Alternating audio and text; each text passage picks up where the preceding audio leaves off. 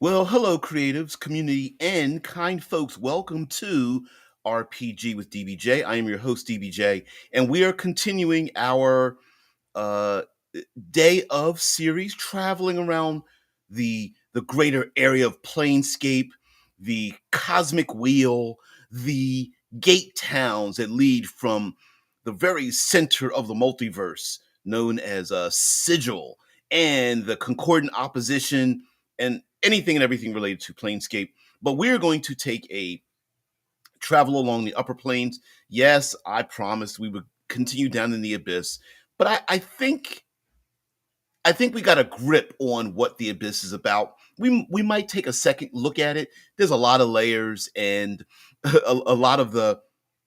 It almost seems like a mega dungeon, basically, as the abyss. But the upper planes don't really get a lot of credit for the the difficulty it is to create adventures there. So I thought we would do that, and we're going to start today with the very center. I don't know whether it's the center or not. We're going to start with the middle realm and the gate town associated with it. We are going to the blessed fields of Elysium, the plane of neutral good. Yes, it is going to sit right between the very extreme uh, extremities of lawful good and chaotic good. We're going to go right to the middle, and there's a gate town associated with it. For those who don't know, these gate towns are in the plane of neutrality. They are in the landscape, the wilderness of the city known as a sigil. Sigil floats is a ring world, and it floats above a monolith. But outside of that monolith, what's there? Well, it's a big giant landscape, and it has a gate town associated with every plane of existence, at least along the ethical and moral codes. And this gate town is known as ecstasy. And uh, from my point of view, the gate towns are really basically an introduction to getting to the planes of all the alignment systems, and then all the alignments in between the alignments. And ecstasy is a gate town associated with the plane of neutral good. One thing very common with gate towns is that they are not purely the alignment they are associated with. There has to be something in that town that kind of makes them a little bit off to allow them to. Otherwise, they would just get absorbed right into Elysium, and you would never see this gate town again. So there has to be some feature. So Ecstasy is a town with equal day and night, and although most people are active more during the day than the evening, there are two leaders of the day period and night period. So during the day, it's ruled by, not ruled, overseen by the, what is the title? It's overseen by the light caller, and then in the evening, it's overseen by the night whisperer.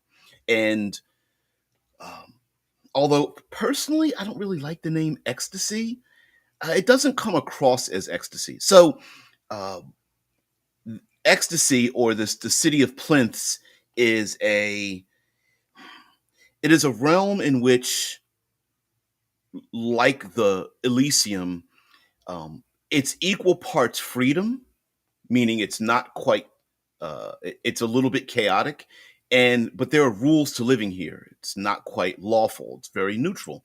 And so the accepted practice here is to have discussions to settle things, basically by, talking it out.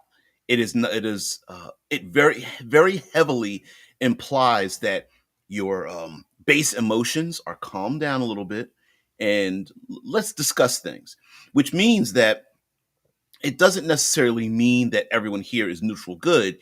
It means that they want you to become more neutral good. There are rules, and every gate town, and actually every plane of existence, kind of has its own philosophical rules of existence. The physics of the realm actually intrude, and so uh, one of the well, there are two regional effects, but the regional effects containing Ecstasy's Pillar Gate is influenced by the magic of Elysium, creating one or more of the following effects in and around the gate town. So there's ambient benevolence and pervasive tranquility. So for ambient benevolence, residents in ecstasy are friendly towards visitors that aren't hostile towards them. So the unless the players are violent or extremely rude, the purveying personality of most of the people here is friendly. People will come up to the player characters, come up to strangers. Um, it's an embracing kind of community. So, despite the fact that, like in major cities around our world today, you can go there and people just ignore you and go on the way. Here, people kind of go out of their way to ask questions and, "Hey, how are you? Are you doing well?" or something. Or if you're feeling bad, people come up and ask how you're doing. A very friendly kind of city. And the pervasive tranquility means creatures in ecstasy have advantage on saving throws to avoid or end the frightened condition on themselves.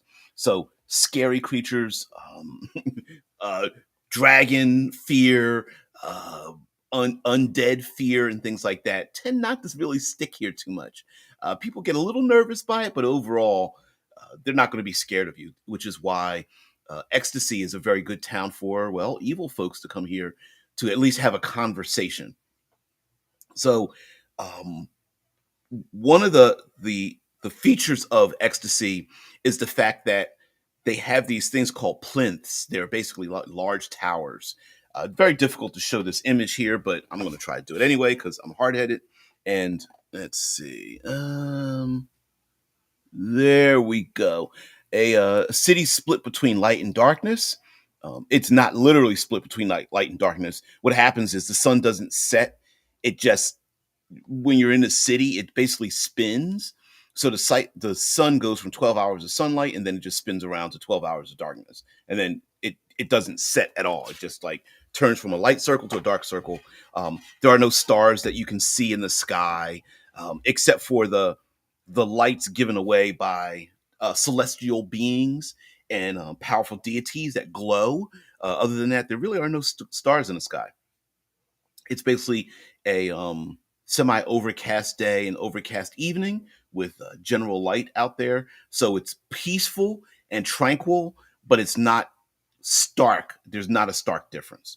And um, one of the features of ecstasy is that it's kind of a think of it like a gateway for diplomacy in many ways. For example, individually, if characters or player characters or NPCs are looking for a place to find their place in the world, to have a discussion, to meditate, you can find one of these towers or known as plinths, and people are invited to any number of these plinths to come up and just relax and think about the universe. If they're down in in the cities and towns, there's plenty of places to, instead of just your average tavern, most of the taverns are like libraries, schools, theaters, where individuals talk about life, the universe, and everything, right? Pulling something from science fiction. They're there to uh, discuss their point of view. And, maybe one is like your proverbial alcoholics or substance abuse anonymous classes, where another one is more like a philosophical uh, Greco-Roman discussing the nature of the universe or discussing politics. And maybe there's one tavern where people have their feet up, warming up their toes, drinking ale and just talking about the day. So it's very much a conversational region. Doesn't mean there's no evil here, which is where the is it really neutral good idea comes from. So, reading some of the details here, there's the rolling hills of ecstasy, the city of plinths, rise from a serene stretch of the outlands, blanketed in peace and countenance. Ecstasy is a pastoral gate town of quiet contemplation and simple pleasures. Hundreds of monoliths shaped from a variety of materials dot the idyllic landscape. Ecstasy citizens are friendly, munificent folk who espouse benevolence and growth. They are governed by a pair of monarchs, the Light Caller and the Night Whisperer. And evil as it stands isn't as plain as day and night. Though violence is rare, musing spirits inspire townsfolk to push the boundaries of mortal life, gleaning vicarious fulfillment from watching residents justify unsavory acts as the path to spiritual enlightenment. Moreover, the gate town doesn't eliminate negativity, it merely suppresses it. Ecstasy's cheeriest citizens are walking powder kegs of bitterness, bottling their feelings until they erupt in unbridled incidents. Hey, Shice, it's funny you should mention substance abuse classes. I just had a big weekend. Not sure what. Unless you went down a dark path, not sure exactly what where you're going with that one. Um, I like this idea that there's like a bottled that the citizens are um, powder kegs of bitterness. So, in other words, it's not just that there are rules and rulership and you're being forced to do something. There's a forced friendliness and cheeriness on the surface, but underneath there are individuals who might be pushing against this. Hey, accept everybody. Let's have a conversation. So, at people who don't fall into the neutral good alignment spectrum might be pushing against the the the idea of being here. Therefore, maybe they don't really fit in. They want to fit in and they appreciate everyone being friendly to them, but they're like, oh, I can't stand it. Like, why aren't there any rules here? What's going on? And then they move off to like more of the lawful area. Or maybe they feel like there's too many rules and everyone's, like if there's like a forced friendliness and they start moving towards the chaotic realm. And then also this place is kind of not a haven, but it could be a respite. It could be I guess it could be a haven for getting away from the trials and tribulations of being falling more towards the evil side of the alignment. Because here, at least they don't have to watch their backs all the time. Maybe they don't for the more unsavory individuals. Maybe it's not a great place to take advantage of someone, especially if you want to be very violent. But the friendly nature of the place really doesn't give lend itself to minding your own business, going off on yourself on your own, and just being left alone. But um, but it is pretty much a safe place to be. And I think that even reading some of the adventures, each page turn gives you some example adventures and such. For example, there's a place known as the Philosopher's Court, and in the Philosopher's Court, uh, citizens can vent their frustration in the philosopher's court, like an enclosed amphitheater, to basically discuss issues that they're having with the community or private issues or outsiders. Too many outsiders are coming into town. And there used to be magic to keep everybody in check. Sometimes it doesn't work any longer. So there is a bit of violence in the amphitheater, and players might be there to make their case for a change or to beseech either the light caller or the night whisperer for some advice or troops, even, or to bring people together to say, hey, there might be big bad evil guys on knocking at the doors, or maybe the player characters are bodyguards to make sure people don't get out of hand when they discuss their problems in the philosopher's court itself. And the philosopher's court, in a way, um, is like the place for the lower planes folk to come to talk about issues. Maybe they want to argue about ending the blood war, or talk why they're even involved in a blood war when some people may not understand why there's even a war in the first place. Things like that. Shai says, my girlfriend went on vacation without me and I instantly reverted back to chaotic neutral. Maybe XD can help me. I hear you. Oh, we guys without some control, man. We we get bored pretty easily, and it's like that inner beast starts knocking at the door, and we're like, I'm not going to do that, and the inner beast is like, oh yeah, you will. You want to let loose. I hear you there. Um, so, um, for example, um, there is a tavern known as a Revel Home, and I'm sure there's many of them here. Um, Ecstasy is also a haven for people who just want peace in their lives, not necessarily being neutral good. So, for example, there's like, not to give too much away, but there's a tavern, more like a tea house, run by a veiled lady who's very nice, very calm, and stuff like that. Yep. So, yeah, yep, got the call of pandemonium. Hells yes. Uh, it's like, yeah, ladies away, time to play. Even when you didn't have plans to, right? It's like twiddle thumbs.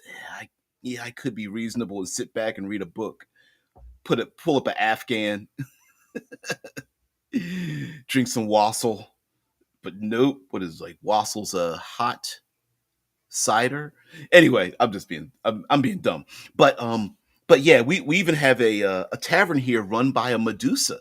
A Medusa who pretty much is just like, I don't want to be bothered with people, and I could see this ecstasy being a refuge um, for evil like chaotic like creatures needing to have like, oh, I just all I want to do is just not be involved in this just for a little bit, and then come here. And despite the fact they might have like kind of evil tendencies, maybe they want to pickpocket or uh, disrupt people's personal lives by starting like little rumors and things like that. Non-violence, but still performing things like I can imagine hags being here, messing with people's dreams, and you have, like I said, pickpockets, liars, thieves that might be able to get away with some things here, at least for a short time, until their evil nature starts rearing its head and they start uh, performing more and more evil and more violent acts, or get caught performing those acts and then get a little bit violent, and then the city starts to shut you down, and then the pervading um, the pervading nature of the people here will start to shun you, and then they start to get soldiers here who very powerful.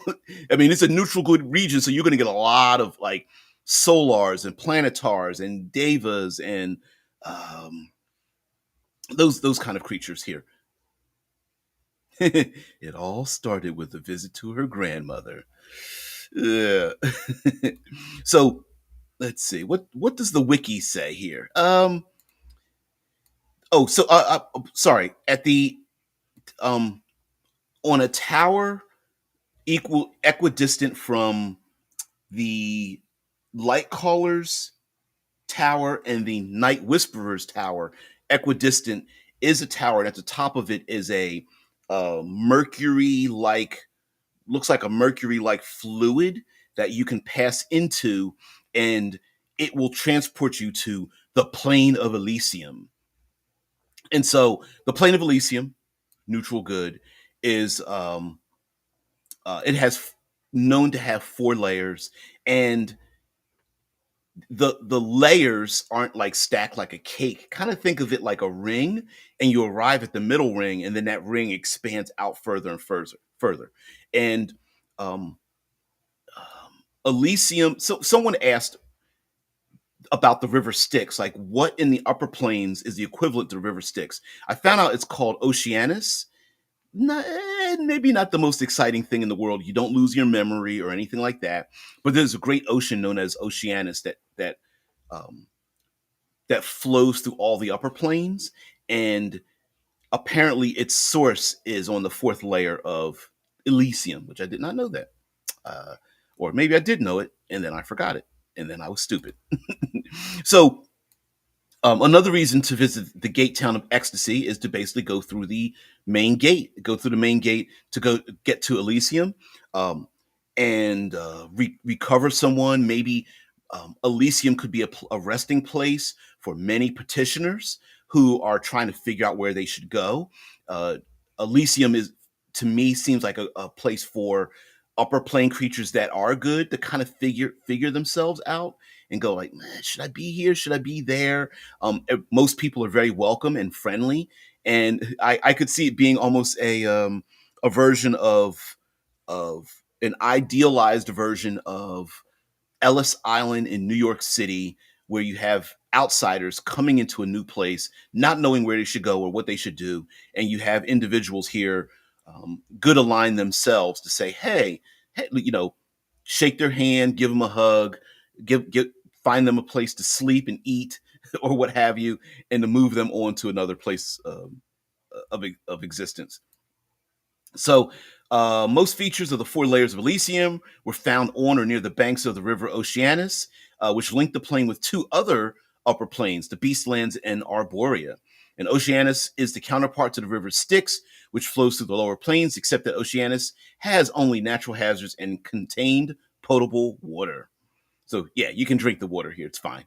Not necessarily magical. It's just clean. Lands near the riverbanks are lush with pines and flowering trees that fill the air with natural perfume. And so Oceanus has lots of like riverbank and coastal cities and towns and such, and then it becomes more wild the further you get away from the waters, which sounds pretty good, right? Like you could imagine yourself being in a major metropolis, but being able to look over the city state walls and you just see lush greenery and such, and birds flying. You can hear nature and things like that. So that if you want to be in a big urban area, cool. If you want to go off by yourself, seems pretty good too, and probably not very dangerous. Let's see. So it's Amoria is the innermost layer and is connected to the astral plane and the twin paradises and the what used to be called the happy hunting grounds and concordant opposition by unmarked portals located in dark caverns. Divination spells are required to determine the destination of the portals. They're not marked at all. You just go through them randomly. And the second layer or second ring is known as Eronia, and it's very mountainous with many branches of Oceanus becoming spectacular waterfalls and tumbling cascades before forming channels bordered by steep cliffs of gray rock. And then the third layer, third ring, I guess, is Beleriand, Belierin,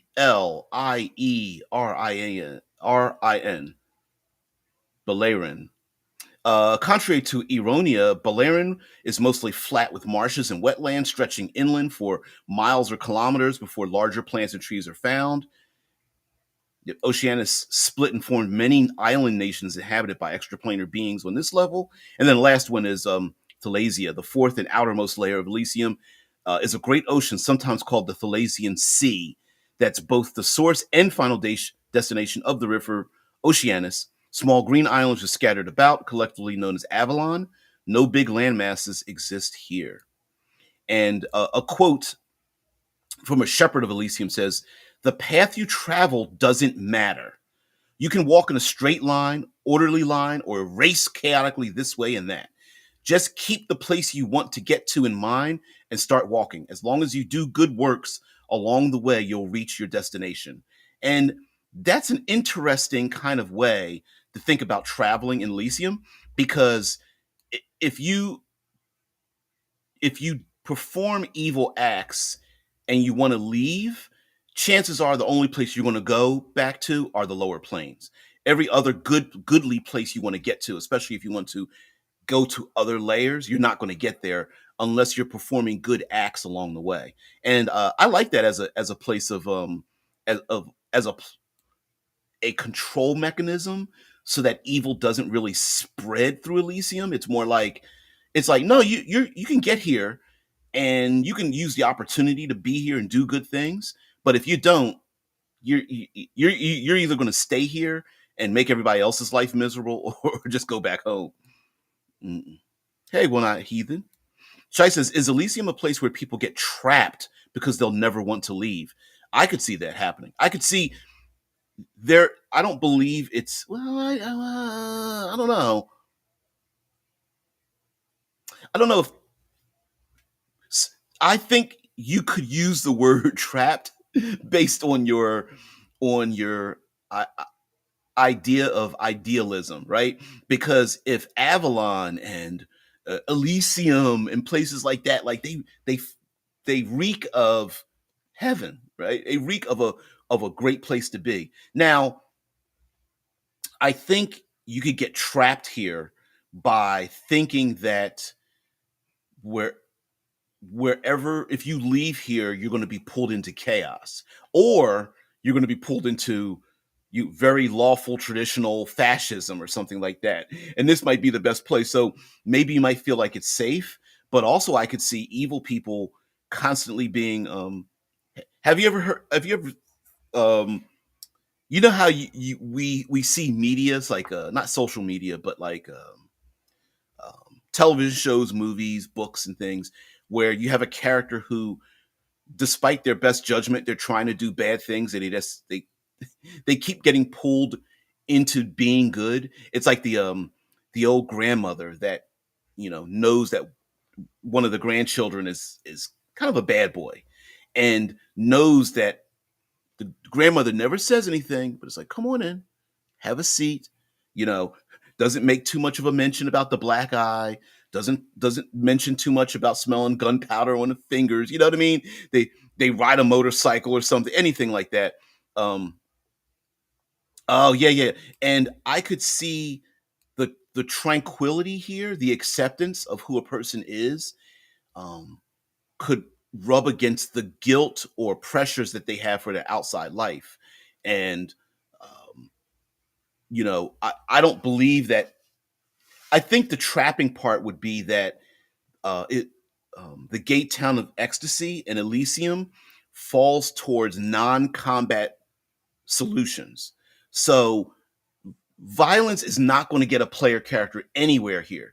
What really the really type of adventures that are appropriate for the gate town of ecstasy and Elysium are like heists, meaning like sneaking, finding something, exchanging a forgery for the real thing, convincing someone to give um no, let me go more physical. Running, hunting, jumping, swimming, climbing, swinging, those kind of adventures. Oh, okay, sweet. Oh wow. Well, see what happens when you go to Pandemonium. You you start making music. That's awesome.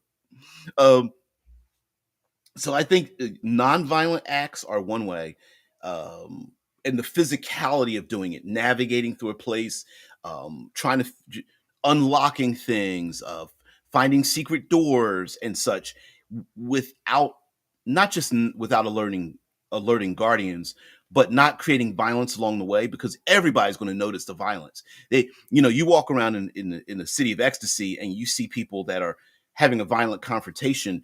It sticks out because everyone's going to know, and the people are so friendly, they're going to kind of get in your business anyway. So they're going to want to know. Yep.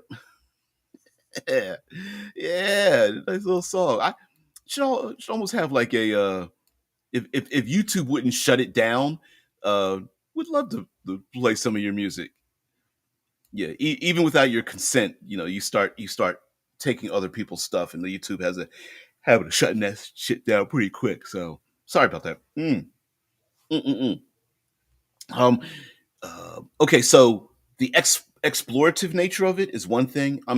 When I say a heist, I mean trying to find a person, place, or thing, and navigating in the player characters being creative and trying to be non-violent. So when I say non-violent, like a sleep spell would be good. A web or entangling spell probably would be very useful. A um, a spell that paralyzes, freezes people, deafens them, traps them, keeps them, from moving so they can move on to the next thing and put a time limit on it, would be very, very cool. Shy Squad says YouTube won't shut down Shy Squad. Shit, I do not make any attempt to defend my rights to the music. Pointless anyway. Yeah, right. Like, I mean, let's be honest. I mean, for the most part, as you are an artist, and most artists are like, I want to spread my shit out as far and wide as possible, right? I don't want to get it to have it shut down, which I never bought. I never understood why the mega. I know why, but it's like the mega corporations that want to shut down, having their stuff stolen, and I'm like, everyone knows they're doing like reactions or analyzing or listening to the music or something like that. And don't you want more people to see your movie clips or listen to your songs or whatever? I know, I whatever.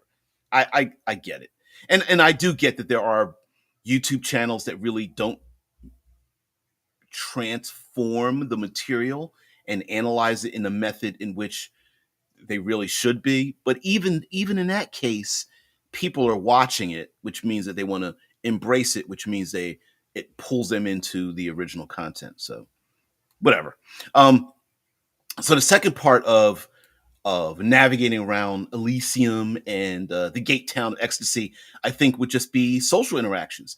Um, Talking, interrogating, um, bonding, being an envoy, a diplomat, a carouser, uh, trying to gain knowledge from people or allies or convince someone. I mean, how many evil creatures are stuck here going like, I don't want any part of the blood war any longer. All I want to do is just relax, leave me out of it. Just because I'm an ogre or a Medusa or a used to be an evil hag or still am, but still trying to do my own thing. They kind of maybe a lot of those evil creatures don't want to be bothered with the backstabbing, right? Like there's a lot of people that claim they want to um, run the streets, and then they realize everybody else running the streets is trying to stab them. And what do? They want to move out. They want to get away. They want to, the goal of all the criminal minded people is to earn enough money to leave where they're at to go out someplace else, right? And we see that as a little bit of a hero story as well. Um, the to pick someone, I'm trying to pick somebody in real life, like the rap artist Jay-Z is a perfect example of that. Like, self-admitted, like I'd sold drugs and lived on the streets and stuff, and now multi-million. Is he a billionaire yet? But whatever the case might be, right? Just this, an artist is trying to get out and doesn't want to be involved in those kind of things anymore. Shice says anyone can do anything they want with anything you post on the internet anyway. Thinking there's something you can do to stop it is delusional. Yeah, what would they they think about that in ecstasy? Yeah, um, I don't. It's kind of weird, right? Like, and here's where the argument comes from when it comes to alignment and such. It's like, okay, you want to give somebody their freedom to do their thing, but what if their freedom infringes on your freedom to do your thing? And then are you imposing a restriction on someone else's freedom when you're claiming they should be free, but you really don't want them to be free? Giant asterisks, right? And we see that in real life. So many people throw their fist in the air and talk about freedom, but they usually add an asterisk on the end of it. Like, you're free to do what you want, except for, and then there's a lot of people who like look at the asterisk like, well, there's no rule against it. You know, there's some people who fall into that. They're like chaos incarnate. There's like, well, if there's no rule, then there shouldn't be anybody against it, right? And you're going like, the worst. This is real. The worst idea of there's no rule against it, so why are people upset, is a gentleman that literally used to collect uh, urine out of urinals to drink from mostly young boys, but wasn't very um, discerning about it. And they had, and the city council, hey, Death Angel, um, and they literally had to hurry up and make a law on the books to stop this guy from, because people were going to bathroom in public places, and this guy would have a mechanism to collect it all. Let's see if I can find this. Dublin man steals public bathrooms in Ohio. Yep. Okay, let's see. Man accused of drinking boys' urine arrested in Dublin. This is horrible. To even talk about. And then yeah, and now this is an intermediate article. Let's see. I don't. YouTube's not even gonna let me put this up here, so I'm just gonna read it. Police charge a Northwest Columbus man with criminal. This is back in 2008. Criminal mischief for allegedly planning to collect young boys' urine and drink it. Um, According to police report obtained by 10 TV News, Patton, 56, A female employee recognized him as the same man she saw the previous week putting saran wrap on toilets and cups urinals. The employee called police and found Patton walking out of a restroom stall with a black duffel bag. Patton told investigators that he was not hurting anyone and that he suffers from illnesses. Police said Patton did not have contact with any boys during the incident, but was at the complex at least twice over the past couple weeks. He's registered as a sex offender, posted bond, and faces misdemeanor charges.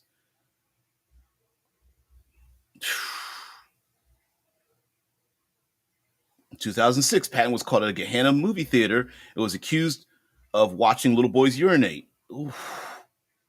Even paid them for it. And it's worse and worse. And it's like, and you can make the argument. I gotta get rid of this off of here. So ill, right? And you're going like, well, if someone who's got their fist in the air and is like, well, people should be free to do what they want as long as they don't hurt anyone else. You got the other end of the spectrum. We're talking about chaos there. You should just have freedom to do whatever you want. And then you got the lawful side going, yeah, but really, like, you're enacting a behavior. Could it grow to something else? Do you wait for something like that to happen? Do you make a law against it? It's pretty right. So this push and pull against freedom is probably happening in Elysium, because Elysium's neutral good. It's kind of in the middle. It's like, well, people should have their personal freedoms. So there's laws, but they're not really that strict. It's more of social behaviors that keep everyone in check. Everyone's nice. We're going to be calm. We're going to just have discussions about things. And the philosopher's court is the place to have those discussions where, evil is basically, I don't know if they have big signs that say they're evil, but the lower planes folk, Death Angel says, where do you draw the lines, right? And I'm not saying it, listen, I'm not in support of a dude walking in little boys' bathrooms collecting urine. I'm not in support of that. I'm letting you know right now. Like, what my point being is that as all of us humans being, and this is the philosophy of Planescape itself, this is where the wars come in, where, okay, some human beings, we like to say we would like to have freedom. And if we have enough opportunity to give people freedoms, they should have them. But at what point does someone else's freedom intrude on the peace and prosperity and security of myself? And now we can always, now the easiest argument to make is this gentleman, this adult, is having an inappropriate encounter with children, and that this behavior isn't normal, air quotes normal, so it could get worse and worse and worse. So there is that argument, and I don't have a problem with that argument. But let's go for less unsavory things. There's playing loud music. Some people say you're disturbing the peace. The rest of us are trying to work. You're playing loud music in the middle of the night during a weekday where people are sleeping. Whose freedom do you stop, right? We have there are lots of human beings around the world that basically say, I can get away with this thing because there's no rule against it. But are they just finding, it's weird to say,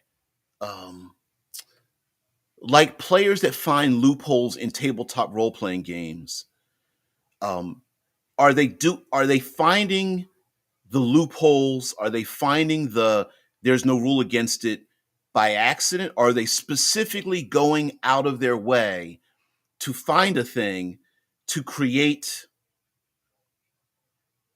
chaos in a system where it's not just the rule of law, but it's the implied implication of the law? So an example would be a public park that doesn't have any signs up, and someone brings their dog, and their dog starts crapping in the people see a bunch of dog crap in the park, and people are upset, and they're like, well, we got kids playing here, and you're walking your dog here, and you never clean up after your dog. And one person says, well, the park is used for everybody, and I use it to walk my dog. And other people say, yes, but it's a communal park. It's not just for you, it's for everyone else. Please take care of the park and stop dropping trash, clean up your dog litter, and blah, blah, blah. And then what happens? You start having to implement rules. Well, people are hanging out at 2 in the morning and they're leaving trash. So then they're not, one builds on the other. Your freedom starts imposing on other people. And on a more uh, larger philosophical thing of the realms of fantasy and things like that, is it right for the goodly planes to stop evil beings from doing evil things against other evil people in the lower planes, right? And so, should they be having a war in the first place, or should they just let when a evil person dies and goes to the lower planes to be amongst other evil people, should the good people just like wipe their hands like, well, the system's working and what do we have to do with it, right? The blood war may be about that. Like, literally, there could be evil beings that are like, why aren't you guys coming down here? The lawful evil plane of Hades and nine hells and stuff. They could be making the argument like, listen, you're letting shit happen and it's intruding on us. Why aren't you defending us? Right? And I could see ecstasy and Elysium being the place where, a small cadre of evil beings comes here to make their case that you guys are wrong because you're not imposing the rule of law on us like you're imposing it on the people up here. You're not coming down and saying, hey guys, come on in, come on in. You're not inviting us up here. Maybe some of us, you say, diplomatically, you're allowed to be here.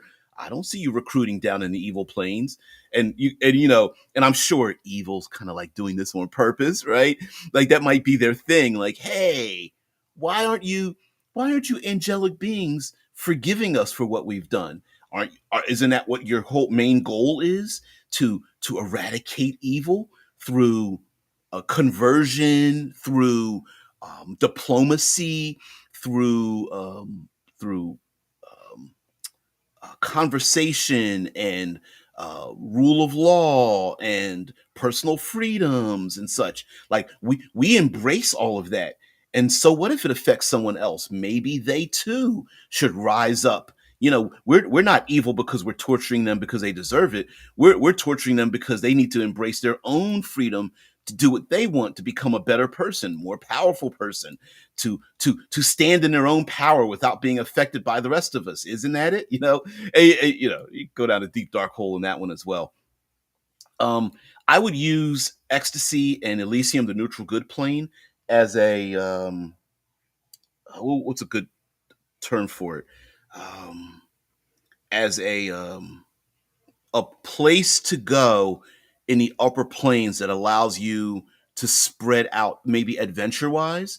Like ecstasy could very well be a base of operations for the player characters. Maybe that sailing ship that they created where some of the players that couldn't go on adventures are. You went from the river Styx, now you went to Oceanus, and now you're using Oceanus as the sailing place to go from plane to plane in the upper planes, the goodly planes, and go from one to the other. And this might be their place to rest, to resupply, to gain more allies in their war, or in their exploration or something like that. Yeah, Death Angel says, personally, I like the libertarian ideology on the rules. Yes, thank you. One man's rights extend up to the point where it would strike another man's nose. Granted, that's just a physical generality. Exactly, right? And again, having that,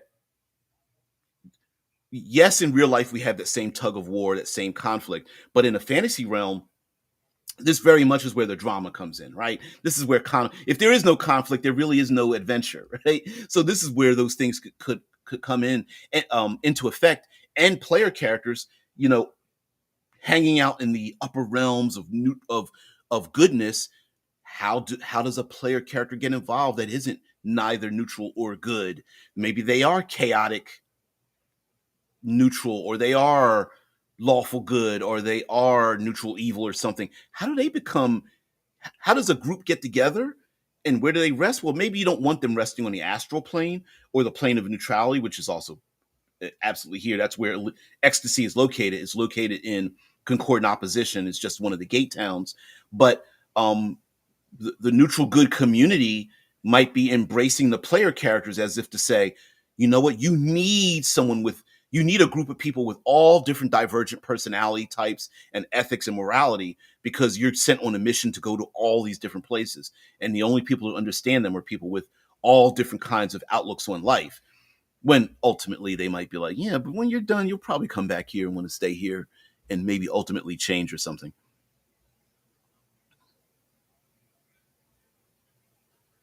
It says, "Uh oh, somebody said libertarian. Time for me to go off on a tirade about the non-aggression principle." Yeah, yeah, yeah. Yeah, but I think rules should always be taken with a grain of salt, unless it's some kind of strategic war game or some shit I would never be interested in anyway. Yep, and that's the whole point, right? Like, again, using my term, everyone thinks they're the hero of their own story, but you're really the villain in everyone else's. And um, I grew up with kids who had parents that let their kids do anything. They were complete chaos. They had complete freedom to do whatever they wanted. And what were their choices? It wasn't cutting grass and cleaning up streets and walking old ladies across the street. It was graffiti. It was breaking and entering. It was being bullies. It was staying up all day and night. It was cutting class. Right. It was animalistic base behaviors when it boiled down to it. And um, that's where rules come from, right? Rules don't exist on their own. Rules come about because somebody somewhere just has to push something to the point where everyone else gets frustrated and they make a rule. Now, a lot of times those rules are made out of emotion as well. And even that becomes a problem, but hey, have a great one there. There, one eye heathen. Yeah. Just Angel says, yes, there should always be some flexibility. Lord knows when I was teen, I wanted to play my heavy metal as loud as possible. Exactly. Is staying up all night, I feel called out. Oh, sorry about that. Our local Odin. Sorry about that, man. Not just you. I'm up at the crack of dawn too. So, although I guess I should be heading off to bed, even though I got to head off to work. To be honest with you, but all right. What other kind of adventures could happen here? Adventures in the gate town of ecstasy and Elysium is basically, it's weird to do this, but finding, maybe the players have to find where the evil and chaotic people are at. Um, Basically, like, how finding a needle in a haystack, right? Everybody's nice and everybody's cool, and the PCs are rolling their eyes like, oh, I know everyone's friendly here. Stop! I'm trying to find the one person that we need to find to get out of here because they're causing all kinds of trouble. Um, Shai says, gonna have to write a song about that, being the villain in everyone else's story. I already lifted quotes from this show for some lyrics. You've got a train ticket to the town of Cursed. That's cool, man. Go ahead. Go for it, dude. Yeah. Go for it. I do not mind. Yeah. Hero in your own story, villain in everyone else's. And it's unfortunate too, because sometimes our emotions are temporary. Rules and laws and unions and all those kind of things are permanent. And yet we are not the logical people creatures that we think we are. We're pretty much emotional wrecks, even though we because we'll use our emotions to rationalize the logic in our reasoning on things, and then we just use emotion to cover it up and to fuel it too. You're not a good politician if you can't get people to emotionally react to your very endeavors, right? That's how you get the fuel to get laws passed and such like that, especially here in the states, small communities and things like that. So I could also see that being an issue as well. Maybe there needs to be some changes in the gate town of ecstasy, or even in the upper plains of Elysium. And how does evil just ride on flaming horses and got their double-headed hellhounds or something breathing fire? No, no, no. That's not how they're going to. They'll never win in the upper plains that way. But they could sow discord in those places by having people, convincing them to act out of sorts. Essentially, just like demons, and devils trying to get the contract with souls. On the outer planes, I could see them trying to get people to push against the societal rules in Elysium to basically say, hey, listen, everyone's nice and having a good time, but wouldn't it be cool if you could just let your hair down? And why does everyone have to be so polite to each other? Isn't that just isn't that just grading against who you are? I mean, you don't really like, you know, uh, the golden flower sect or something like that. You don't really like the fact that they hang out and wait at the portal and hand people flowers and notes and things like that. How come you're not able to do that? And the person's like, yeah, they don't let me do that. Do that? Yeah, they keep pushing you out. They're the first people to greet everyone that comes to the portal. And why is that? I mean, are you lesser than they are? Instead of just doing the normal thing and walking up and saying, "Hey guys, could you guys take a break? Maybe we want to do this." And then maybe an argument starts. Maybe the people that hand out the golden flowers in their little welcome packs are like, "Well, you're not doing anything. We've been doing this for 87 cycles. You haven't done it." And then an argument starts, and Evil's like, "Yeah, yeah." They're starting to have an argument, which in a strange way might be good for the player characters. Like maybe they need to get some violence started by other people, or maybe one or two members of the party start some kind of violent act which draws everyone's attention while other players sneak off and complete a heist while this violent action is happening. I mean, there might be some people here who live here. They're petitioners. There's people who died and were neutral good in their life or whatever alignment they most assuredly associated with. And when they die, they got here and they're like, "This is a great place." And now they don't even remember what violence looked like. And then they get here and then violence breaks out and they're all confused about it, like Sly Stallone and Wesley Snipes in Demolition Man. They're like, "There's been a murder death kill." And they're like, "What's a murder death kill? We haven't seen that in 47 years." It could be kind of funny and a little bit comedic that way as well. Lastly, player characters love themselves some magic, gaining themselves some levels, defeating some great evils, and maybe the players are tasked with teaching.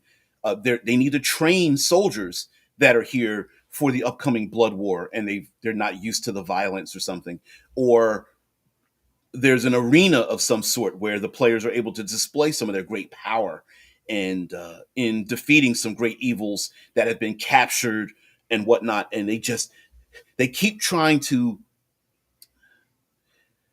the emissaries here keep trying to talk their way out of a situation, and the players are like, you know what, you know what, like I understand that you want to talk your way out of this, but at a certain point, there's got to be violence, right? They don't understand and they don't agree with your conversations. You can't keep giving them the psychological treatment, the timeouts, the like maybe something gets pushed so far that the player characters are like, damn, you guys are so vulnerable. It's crazy. We need to step in and do something about it. Or maybe there's another sect that is doing something about it that is violent, and the PCs are going, man, who should we team up with? So, oh my God, you did it, Demolition Man. That was the inspiration for my latest side project, Hall of Violence. Ooh, I'm glad I could help. Hall of Violence. Mm-mm-mm. I'm picturing a mixture of Saul and the old 80s cartoon Super Friends. Shai says, by the way, Elysium sounds similar to Green Sky from Below the Root, where nobody knows what violence or theft is. Yes. Now, I guess maybe I'm. Anyway, let me finish this. Drew says, I don't think that violence is necessarily evil. I would say the pastoral lifestyle is certainly more evil. Really? Right. I was thinking, Shai's like, really? Like you mean farming? Now you could, and here we go with here we go with an argument. So, um, people living, let's presume people living in the upper planes do not get to see the world with the through the eyes of player characters who see death and violence all around them, despite the fact that, to be honest with you, the outer planes are actually filled with the dead. If we really think about it, a lot of those people have died and come here, uh, other beings and stuff, whatever. Okay, so is it wrong to not teach them how to defend themselves and then they get taken advantage of and overrun by evil beings? Or do you teach them about the violence and such to defend themselves? And like Drew says, violence isn't necessarily evil. I do agree with that part. Um, oh, oh, Drew, pastoral is not just farming. The religious pastor is part of that word. It implies patriarchy. Well, it depends on if you want to insert that. You could absolutely insert a patriarchal type of lifestyle in a place, but it doesn't necessarily need to be that way. A you know, it's the semantics of language, right? Unless you have another word. I mean, farming, cultivating. What is a person that handles orchards or pulls grows rice or something, like, you know what I mean? You can find another word for it if you don't prefer that word. But is that the behavior? Is that the societal behavior of this place? It depends. Now, if you say that it is that way, I could see there being an issue with being like, oh, you guys say you're in the goodly realm, but are you really? Because some people are put into categories they may not want to fall into. What if you are a person who passes away, your neutral good you find here, and the only jobs available are like being a greeter and working on a farm, and they're going like, I don't want to work on a farm. I just want to read books or practice swordsmanship, or I was built for adventure or music or whatever, right? Yeah. Take seriously, okay.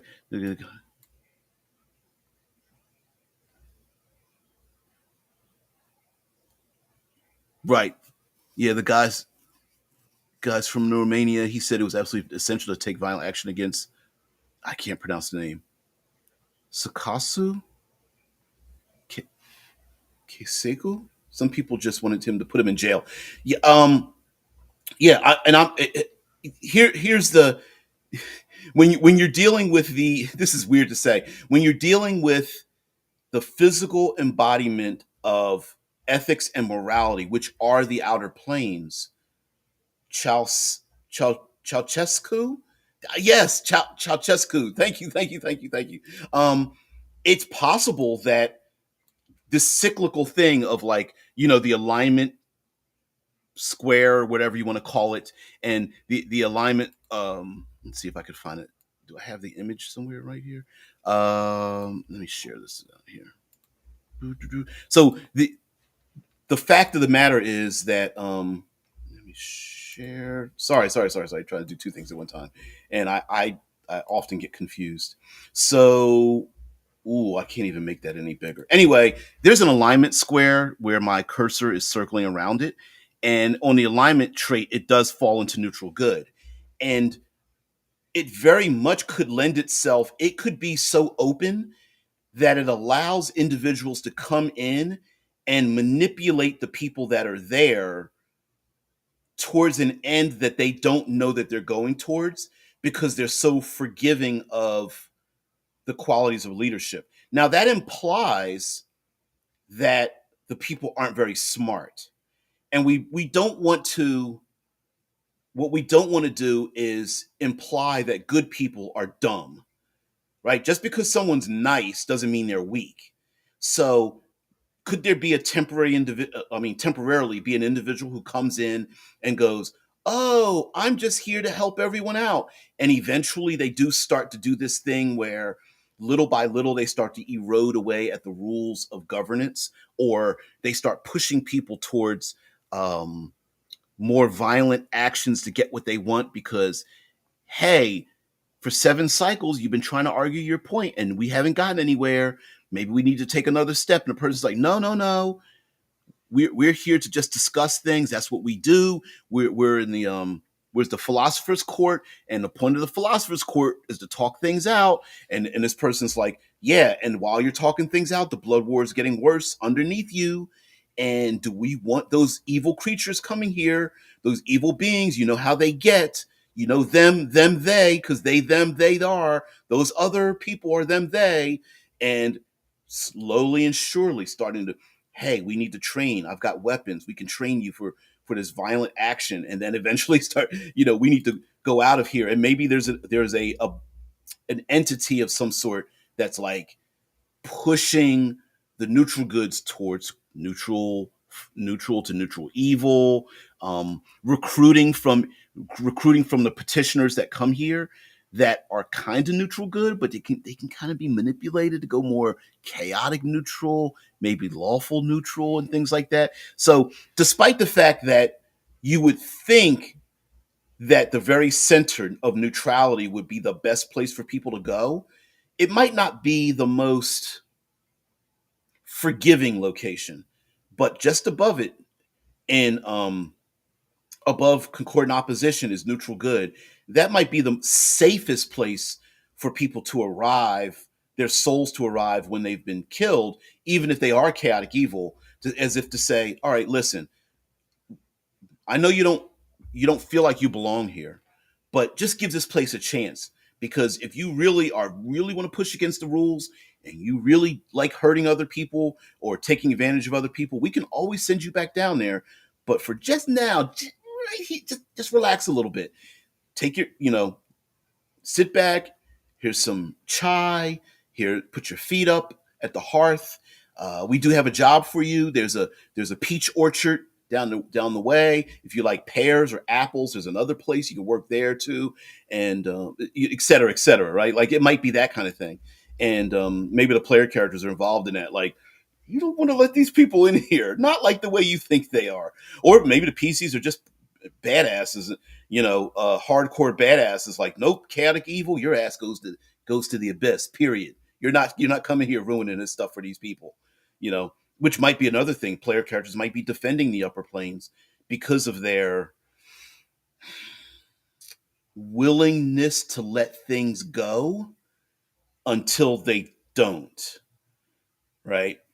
There could be a building war where there are violent war parties in the upper planes going like, we're going to end this blood war once and for all. And maybe they're going to sever ties or prevent, maybe there's a way to separate the planes of existence from the astral plane or whatever, like to close it off completely, permanently.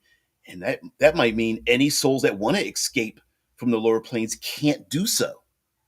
It could be the Wakanda theory, right? It's the Wakanda, we need to keep all this BS for ourselves. We can't share this to anybody else, where others are like, maybe we should open the borders and let people in. And, how do you do that? Do you do it little by little? Do you specifically invite certain people? How do you perform that kind of um, outreach? And maybe that becomes the player's point of view. So, ECSTASY, the gate town that exists on, let's see, where to put it back up here. ECSTASY, the gate town that exists in the neutral sigil, whatever you want to call it. The gate towns exist in concordant opposition, the plane of neutrality, and that gate town leads over into Elysium and in its various planes of existence. And again, just to describe more about Elysium, it's essentially a place of collectivism in these towns where people are able to have conversations and talk about their day and absolutely talk about their entire life experiences, especially if they've passed on and come here, you know. And the spirits of those who perished in the service of good and heroes the gods choose to spare from death are rewarded by being placed on the Isles of the Blessed in Thalasia. There, the living and the dead exist without responsibilities, have all their needs provided for, cannot be summoned or controlled, which is a pretty good. I think it's almost ignored when trying to resurrect someone or something. That if you try to resurrect a player character or anybody, using a spell, A, they have to agree to come back, and they can't be under the control of something else. So in the evil planes, maybe they're under control of somebody else, and you can't bring them back, but maybe you can follow their spirit down to where they're captured. And in the goodly planes, do they even want to come back to come back to life? Right? They might be like, no, it's actually kind of better here. I get to join a great war and fight in it eternally or something like that. Yeah, I'm a badass warrior, but I'm not coming back to life. So that may be an issue as well. So anyway, guys, thank you very much for being part of the show. I really appreciate it. We're going to do some of the other upper planes, see some of their differences. Elysium has the least amount of, at least from my point of view, the least amount of restrictions and specific acts the players must do when they are on the plane. It's very much a plane of calm down, take it easy, and let's talk things out. And I kind of like that part. And yeah, I hope it gets off to a good start too. The wife isn't feeling too good, which means I'm probably going to end up not feeling too well, too good as well. So thank you very much there, and I hope your songwriting goes well. Please steal the villain in someone else's story idea. That sounds kind of awesome. So anyway, guys, thank you very much for being part of the show. Your time is very valuable. Thank you very much for spending it here. I hope I can make change for you in your tabletop role-playing experience. Guys, have a great one. I will see thee later. Peace and tranquility.